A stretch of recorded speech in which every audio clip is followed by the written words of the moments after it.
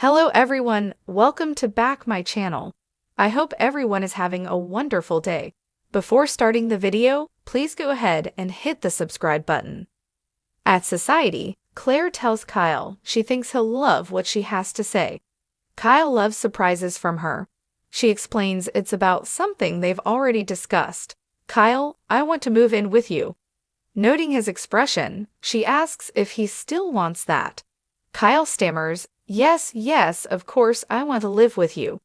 Are you sure about this? She shows him how sure she is with a kiss. Kyle has to ask what brought about this decision so fast. Claire talked it over with her mom and grandma. Kyle asks, how is Victor going to feel about us moving in together? Claire says it will show him how serious she is about a future with him.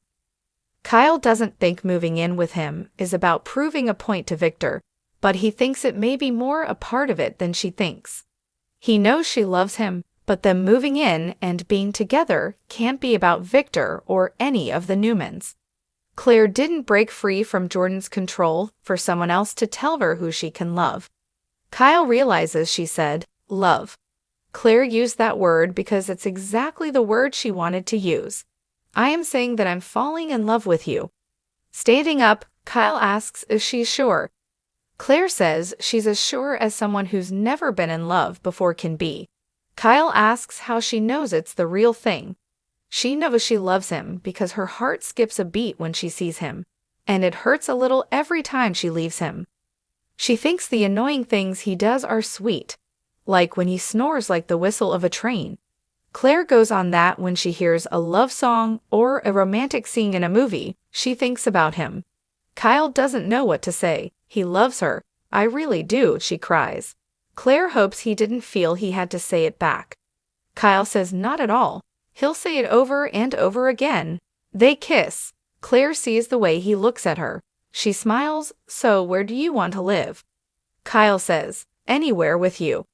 They discuss an apartment with a bedroom for Harrison. Kyle assures her he loves her almost as much as he does. Kyle warns her grandfather won't back down. She's confident she will change his mind in time. Kyle thinks she's being naive when it comes to Victor. Claire is sure he'll see how happy he makes her. He was fine when Kyle was with Summer. Claire tells her she's nothing like Summer. You're new to this, so it's going to make Victor more protective.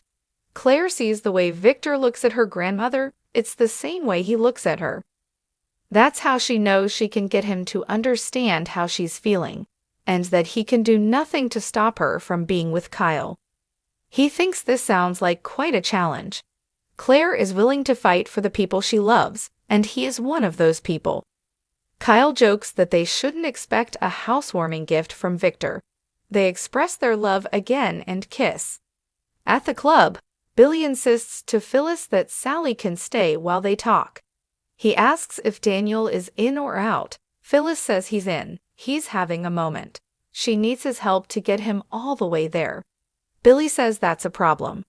I can't do that. He listened to everything Daniel had to say. Sally thinks he made it clear how he feels. Phyllis argues that Daniel doesn't know how he feels. He's lost. This is her son, and Billy's a dad. He would never abandon his son in an emotional crisis, so why would he do it to her? Please tell me that you're not going to shut us out.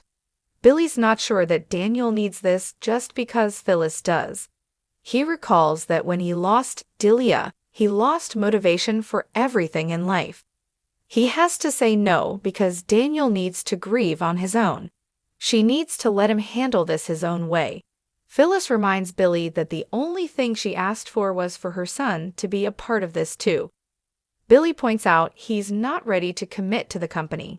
He asks what this means for her. If Daniel's out, are you still in?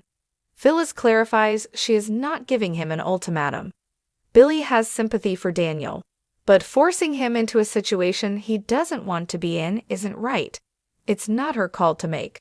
You need to take a step back, and you need to let him grieve in his way. She needs to tell him now if she's in or if he's looking for a new second in command. Phyllis complains that Sally is sitting there judging her.